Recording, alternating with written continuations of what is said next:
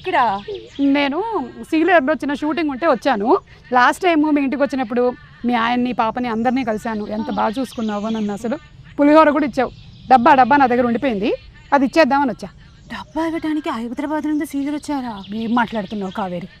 ఆడవాళ్ళకి డబ్బా అనేది ఒక సెంటిమెంట్. 20 రూపాయల డబ్బా కోసం 20,000 ఖర్చు పెట్టుకొని వచ్చా. నాకు అర్థమవుతుంది. అవును, మీ ఆయన తాగుడు మానేశాడా? మీరు రండి, కాఫీ పెట్టాలి. త్రినాథ్ గారు బాగున్నారా అండి? నానా బాగున్నావా?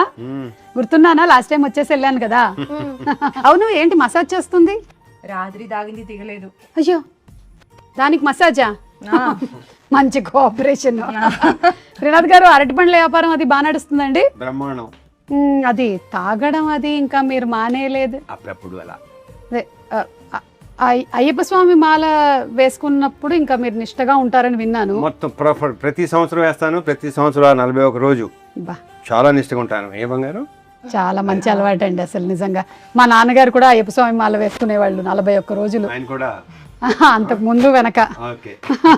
మీరు నాన్న కూడా? మా నాన్న కూడా సేమ్ ఆల్మోస్ట్. అసలు లాస్ట్ టైం మిమ్మల్ని కలవడానికి వచ్చినప్పుడు అదే స్టోరీ అనిపించింది నాకు, సేమ్ స్టోరీ అని. కాదు, మీకు గొడవలు ఇంకా అవుతున్నాయా? ఇదో ప్రాబ్లం. ఎవరు? ఇదో ఇది. అది అంత క్యూట్ గా ఉంది, ప్రాబ్లం ఏంటి? క్యూట్ కాదు, పెద్ద గొడవ, చిన్న గొడవ.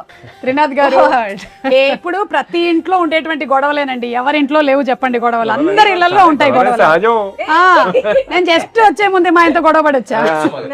ఓకేనా? షార్ట్ అయిపోయింది, మీది కొంచెం ఇంప్రూవ్ అవ్వాలి, ఆ తర్వాత చూసుకుందాం. బయటకు వెళ్దాం.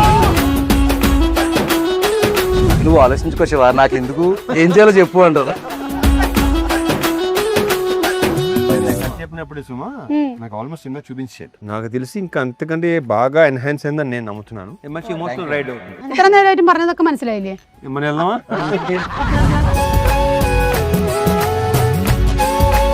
ఆ సాంగ్ ఒక ప్రాపర్ ఆర్క్ ఉంటుంది ఫిల్మ్ లో. ఆ సాంగ్ వచ్చేటప్పుడు థియేటర్ మొత్తం